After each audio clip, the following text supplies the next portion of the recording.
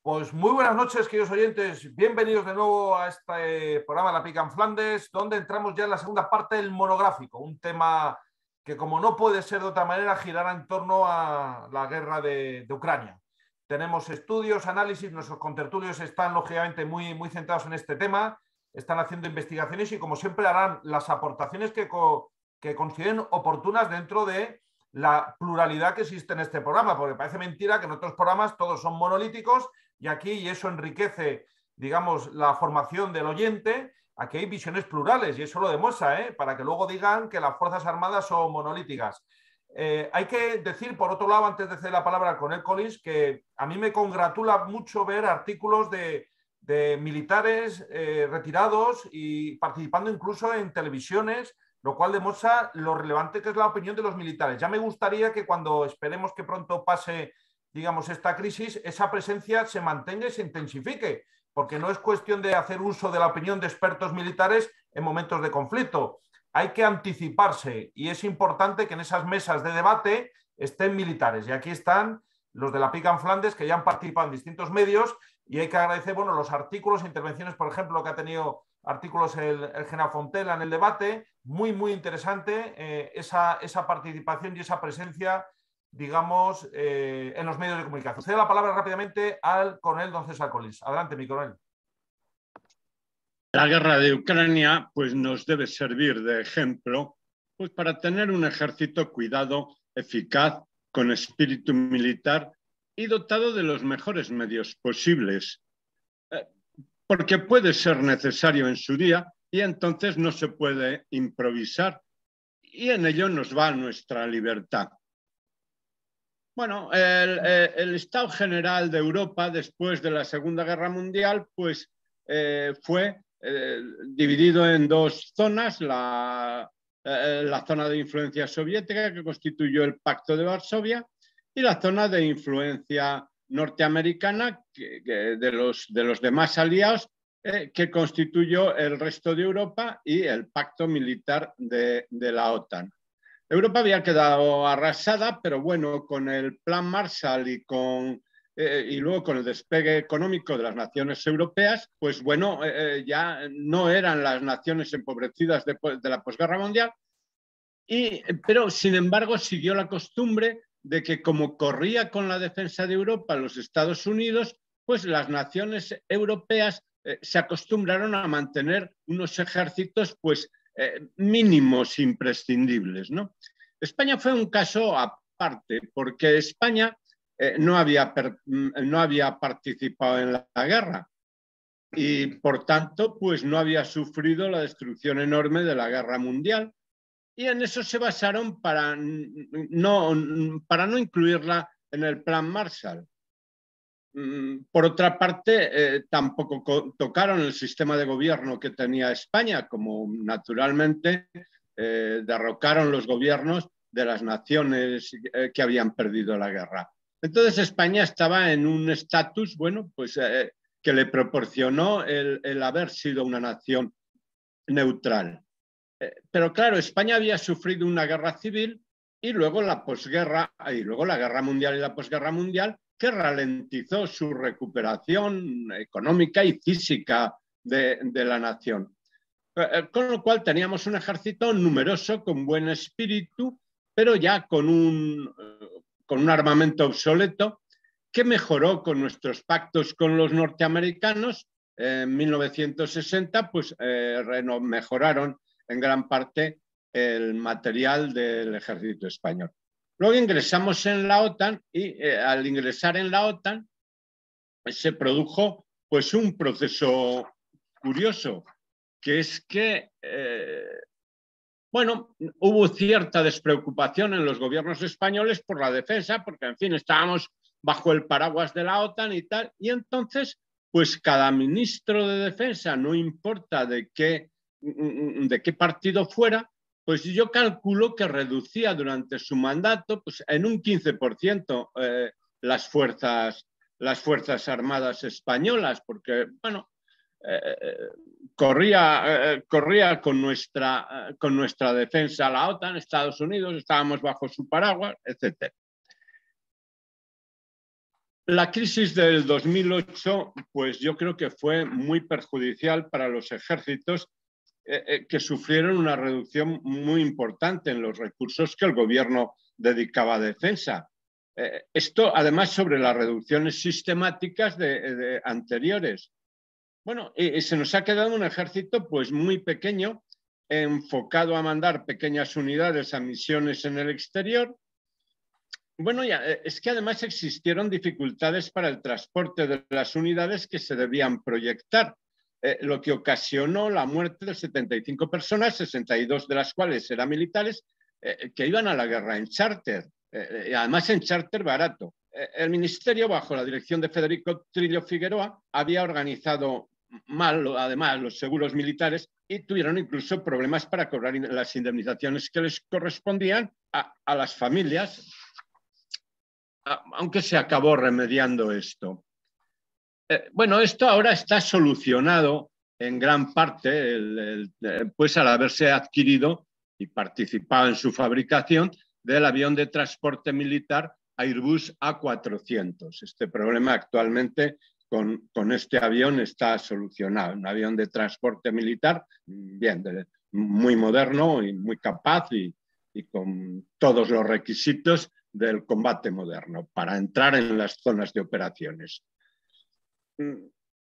Pero claro, creo que las Fuerzas Armadas españolas actuales, pues creo que tendrían cierta incapacidad para desarrollar una defensa de nuestra nación por sí mismas, incluso de realizar operaciones militares cercanas de cierta entidad.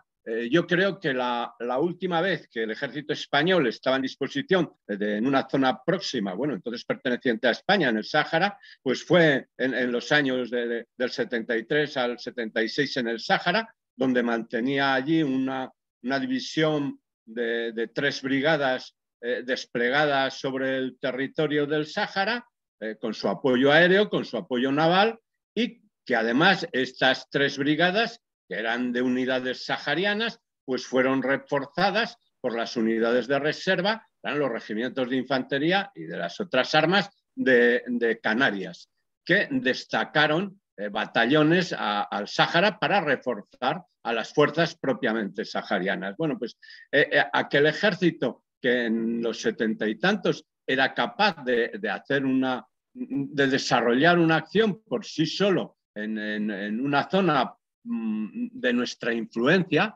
entonces, insisto, perteneciente a España, una provincia española, pues yo creo que fue en aquella época, pero después las sucesivas reducciones pues han hecho que creo que ahora pues quizá no fuera posible desarrollar en la proximidad de España, en la proximidad geográfica de España, una acción independiente del ejército español. Porque claro, el motivo que daban los políticos en general era pues y los periodistas que les seguían, ¿quién nos va a atacar? Bueno, claro, ¿quién nos va a atacar? Los conflictos, como estamos viendo, pueden surgir inesperadamente. Bueno, tenemos el caso de Ucrania. El caso de Ucrania, en principio, esta segunda fase no era inesperada, pero bueno, la ocupación de Crimea sí fue una salida de tono. Y esta última incluso también fue inesperada porque muchísimos tratadistas, antes de producirse la invasión, decían que que eran bravatas únicamente y que no iban a llegar a un conflicto armado. Bueno, pues tenemos también una nación próxima que se está armando potentemente, que es Marruecos. Claro, dicen, no, es que cuando Marruecos se rearma es pensando en Argelia. Bueno, no sabemos, cuando Marruecos se rearma, punto.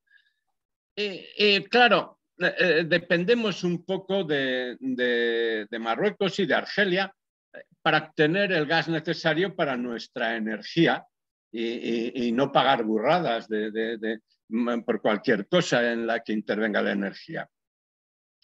Pero claro, hay reivindicaciones territoriales con Marruecos que perjudican la buena vecindad. Y concretamente ahora, bueno, por sus conflictos con Argelia, pero nos ha cerrado uno de los dos gaseoductos que nos traen el gas de Argelia, precisamente el que pasa por territorio marroquí, porque el otro viene directamente a España, que pasa por territorio marroquí y acaba en Tánger, y de Tánger pasa a España. Ese actualmente está cerrado. Bueno, pues encuentro una dejadez preocupante en nuestros gobiernos de cualquier color por la defensa nacional. Y observo que la situación mundial pues, se está deteriorando sensiblemente y creo que es una irresponsabilidad no tener bien montada nuestra defensa. Preguntaba, luego hay otra cosa, pues claro, esto no quiere decir que no sigamos perteneciendo a la OTAN, porque la colaboración entre Estados Unidos y Europa, pues yo creo que ha sido beneficiosa para las dos partes, pero sin perder de vista que debemos tener unas fuerzas armadas capacitadas para defender nuestro territorio, para desarrollar operaciones de alcance limitado en nuestra proximidad geográfica.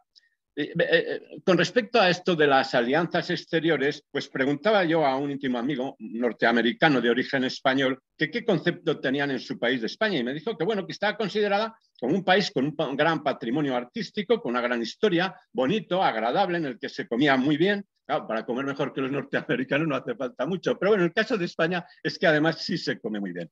Pero que su importancia en el concierto mundial pues era en tanto en cuanto pertenecía a la Comunidad Europea. Bueno, pues yo creo que sí, que efectivamente sigue siendo conveniente nuestra alianza militar en la OTAN y nuestra pertenencia a la alianza de la Comunidad Europea, que al fin y al cabo es eso, una alianza de tipo civil. Bueno, estas son las enseñanzas, vamos, un poco las enseñanzas que creo que deberíamos aprovechar de este conflicto tan cercano en Europa, cuando se decía, no, en Europa ya no va a haber guerras y tal y cual. Bueno, pues tenemos una guerra y además una guerra de bastante entidad. Muchísimas gracias, mi coronel, por esa magnífica intervención, como siempre, que va a permitir a los oyentes de la PICA en Flandes hacerse una idea de la necesidad que tiene España, como nación frontera, de rearmarse para garantizar su seguridad, su estabilidad y su prosperidad. Cedo rápidamente la palabra al general don Emilio Pérez Alemán. Adelante, mi teniente general. En relación con lo que acaba de decir el coronel, pues recomendar una vez más, de una forma amplia, muy bien expuesta y con una gran experiencia, el libro del general de ejército Alejandre. Ahí podrán encontrar todas esas incógnitas, dudas y reflexiones que ha expuesto en unos minutos el coronel. Pero tres cuestiones personales sobre la guerra actual en Ucrania. Esta guerra tiene una peculiar forma de representación social, vamos a llamarlo así, porque lo de las informaciones es una palabra muy seria para ver cómo están contando la guerra. La guerra es la guerra, horrible. Como decía en el programa anterior el general Fontela, el caos. Aquí no, cuando hay que intentar evitar por todo medio la guerra. Ahora, cuando la guerra se presenta, hay que asumir que la guerra es cruel, no tiene límites, las bajas no se miran, un cañón dispara, un misil se lanza y cae donde cae y afecta a quien le pilla debajo. Eso es así, y los que lo hemos visto en vivo y en directo es una cosa tremenda. Pero claro, ahora resulta que es que nos están metiendo en casa todas esas escenas, además con un carácter muy sensible, a veces hasta sensiblero, de todas esas acciones que afectan a niños, a mayores, a mujeres, que caen casas, pero eso es así, es la guerra. Si tienes una guerra no puedes evitar que eso suceda. Lo que hay que es evitar que suceda. Y por lo que se ve, Occidente, la OTAN incluida, y Estados Unidos, pues también no están por la labor de contrarrestar las barbaridades de esa guerra, que no cabe duda que sería muy duro el frenar, y no sabemos las consecuencias que podía traer, pero mientras el bando ruso esté haciendo con toda libertad, porque hay una diferencia numérica y de potencial entre Ucrania y Rusia, que no se le puede dejar solo. Si se le deja solo, pues ya sabemos a qué vamos. Y no hay más conflicto por una razón estratégica muy popular. Es que si uno no quiere, dos no pelean. Y Occidente no solamente no quiere pelear, está tomando unas medidas que resultan insuficientes, las económicas.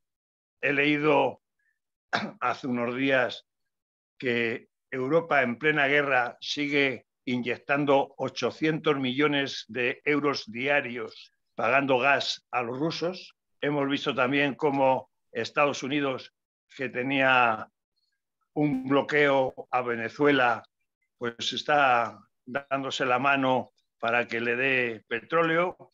En fin, que son una serie de situaciones políticas y sin ganas, y yo lo que lamento y rezo es por los ucranianos que están solitos, cada vez más solos. Hay una ayuda humanitaria muy importante, curiosamente por parte de asociaciones no gubernamentales, y los gobiernos parece que siguen dándole vueltas y buscando remedios de que apaguemos la calefacción para ahorrar gas. Con eso, desde luego, a Putin no le paramos. No sé el objetivo, como no lo sabe nadie. Yo sospecho que será alcanzar un estatus en los cuales no queda más remedio que aceptar sus condiciones de que Ucrania se convierta en lo que él quiere, en un país colchón, y a quedarse de una forma o de otra reconociendo su independencia, anexionándolo o lo que sea, toda la zona del Donbass, y con eso pues volveremos a la situación inicial, pero con muchos muertos y muchas desgracias y mucha destrucción por medio. Y la parte de los aliados, que cada vez se cuestiona más, pues ahí la estamos viendo. En fin, es una opinión personal, vuelvo a repetir, que simplemente por las imágenes que se ven, esa mentalización que se está haciendo a la opinión pública mediante las imágenes que se transmiten de lo que está sucediendo, pero remedios a la verdadera enfermedad, que es la guerra, pues yo no veo ninguno cercano. Estoy hablando en un lenguaje muy popular y no estoy metiéndome en altos temas geopolíticos, sino simplemente de la práctica. La práctica es que Ucrania se queda ahí sola combatiendo y que Putin no tiene no se le ve ninguna intención de disminuir su presión hasta que consiga sus objetivos. Y mientras los de frente, pues quitándole las castañas y los caramelos, y para ponerle un poco en aprietos, pero no para impedirle que siga sus acciones. Veremos a ver en qué queda todo esto.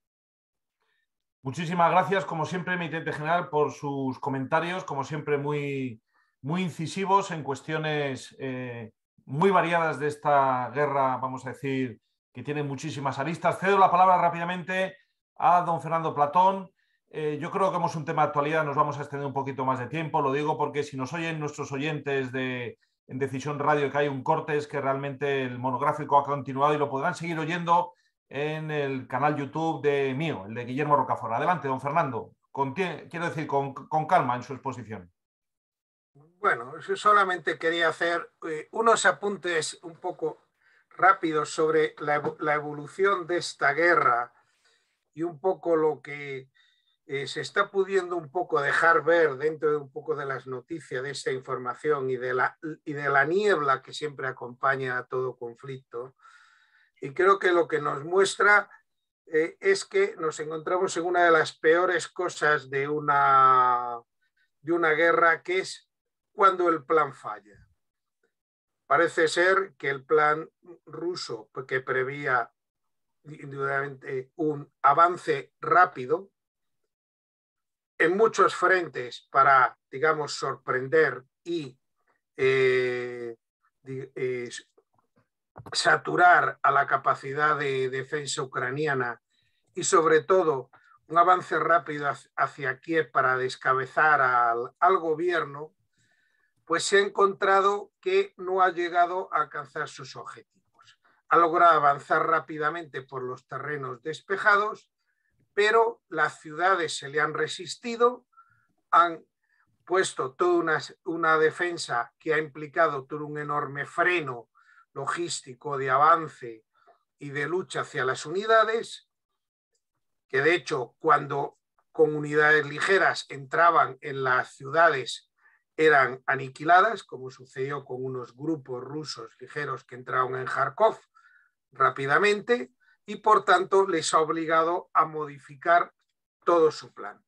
Y ya esa guerra rápida que se preveía y donde un poco el daño iba a ser mínimo, se ha convertido en algo tan terrible como la guerra de desgaste y la guerra de asedio. Y en esa ya, digamos, tanto la destrucción como sobre todo las muertes, tanto de militares como de civiles, van a crecer exponencialmente. Porque las ciudades son modernas fortalezas donde todas las redes de calles, de edificios, pues van suponiendo barreras a tener que pasar una tras otra. Recordemos un programa de hace ya mucho tiempo donde comentamos en una ciudad filipina donde se habían atrincherado unos terroristas, los meses que llevó al ejército filipino recuperar dicha ciudad. Bueno, pues aquí tenemos ciudades mucho más grandes y además muchas, y con una resistencia decidida. Por tanto, ahí vamos a tener, digamos, en unos edificios que sí, cuando se bombardean se destruye el edificio y no vale para ser habitado, pero sí que vale para defenderse desde él y para tener una posición ventajosa alta para combatir. Por lo tanto, las ciudades son un gran absorbente de tropas y de material militar, de munición. Se gasta mucha munición y requiere mucha tropa. Por lo tanto, las necesidades crecen. Y todo ese crecimiento de necesidades impone el gran problema logístico, que siempre el problema de todos los ejércitos para combatir, y además con rutas largas y en muchos casos amenazadas, porque tampoco se tiene dominado todo el campo y hay muchos embolsamientos a retaguardia. Tenemos un gran número de embolsamientos que tiene que estar atendiendo el ejército ruso. Mariupol, una ciudad de que se habla menos en los medios que Sumi, pero sin embargo Sumi está frenando y obstaculizando todo el avance desde el este hacia Kiev y todas las rutas que están suministrando a Kiev. Chernihiv, que está, digamos, también obstaculizando el avance desde el norte por la zona oriental del Dnieper, también hacia Kiev, y supone un embolsamiento muy importante y otro obstáculo. De hecho, muchos de los vídeos y algunos de las imágenes que hay de ataques a las columnas rusas se están produciendo en esta zona donde hay ese embolsamiento, digamos, de tropas ucranianas. Y a ello tenemos que añadir Kharkiv, Mykolaiv en el sur y también la resistencia en las ciudades digamos, de la zona, digamos, central del Dnieper. Digamos, demasiados objetivos con mucho, digamos, saturación de tropas, lo cual pues hace muy difícil prever cuál puede ser la evolución del conflicto y si Rusia puede encontrarse con los medios adecuados para, digamos, un bocado tan grande. ¿Cuáles pueden ser problemas importantes para los rusos? Pues ese desgaste de material, está sacando de sus arsenales. Ya se habla de una petición de ayuda de material militar a China, pero el principal problema puede venir por el lado humano si en un momento dado Rusia necesitara movilizar tropas y llamar reservistas, y eso podría ser un desgaste muy importante para el gobierno de Putin, que podría afectar mucho a la popularidad de una guerra.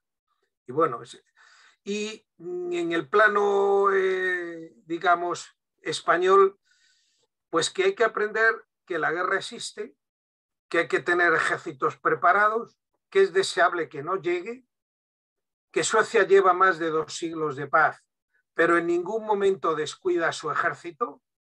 Y como me decía, pues hace poco, un soldado que estaba en la exposición Aula presentando el Pizarro, decía, y qué maravilla el vehículo blindado que tienen los suecos, el CV-90. Pues no, tienen armamento. ¿Y porque son belicistas? No.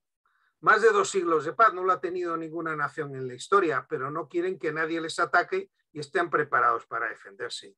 Porque además, normalmente cuando te atacan, sueles estar muy solo. Y España tiene amenazas. Tenemos 2 ciudades en la costa norte de África, españolas desde hace más de 5 siglos, o iberohispanas, como son Ceuta y Melilla, que recordemos, no están protegidas por la OTAN. Es decir, si en un momento dado todo ese rearme marroquí por cualquier tema interno le viene bien, en lugar de dirigirlo a Argelia, dirigir hacia un blanco fácil como 2 ciudades, nos vamos a encontrar absolutamente solos, porque no estamos amparados por la OTAN. Y tendremos a nuestro ejército defendiendo Estonia, pero no estas ciudades. Y bueno, eso es lo que quería decir. Muchísimas gracias, don Fernando, también por ese análisis que ya nos lleva un poco al campo de batalla, a ver cómo van las operaciones, esa reflexión sobre el caso de Suecia, muy interesante. Y ya cedo la palabra, yo creo que para acabar, no sé si el general Fontella quiere, digamos, aportar algunas ideas, algunos elementos a considerar de lo que ha sido la evolución a nivel bélico esta semana, porque siempre su criterio es muy, muy respetado por todos los oyentes. No, nada más que 2 comentarios ligeros, ya para terminar. Uno es que para dejar Ucrania como un solar no hace falta invadirla, ¿no? Podría haberlo hecho desde su frontera por medio del fuego, ¿no? Pues parece ser que efectivamente las fuerzas rusas están estancadas, ¿no? Desde hace ya muchos días o ya semanas. Y segundo, según las imágenes que veo, que no veo que los carros vayan con flanqueos. Hay fuego de contra carros a corta muy distancia sobre carreteras, lo cual demuestra que la seguridad no la llevan de flanqueo, la seguridad inmediata, vamos. Yo creo que están cometiendo muchos errores los rusos. Nada más. Muy bien. ¿Algún comentario adicional que quieran aportar ya antes de cerrar? Bien, vale. Pues nada más, queridos oyentes, muchísimas gracias por compartir con nosotros este nuevo monográfico de la PICA en Flandes. Y como siempre les emplazamos la semana que viene. Con nosotros esta cita semanal obligada, la PICA en Flandes, la voz del mundo cívico-militar español. Muchas gracias a esta magnífica mesa de debate que como siempre nos ha iluminado y nos ha dado información muy valiosa. Muy buenas noches a todos. Muchas gracias.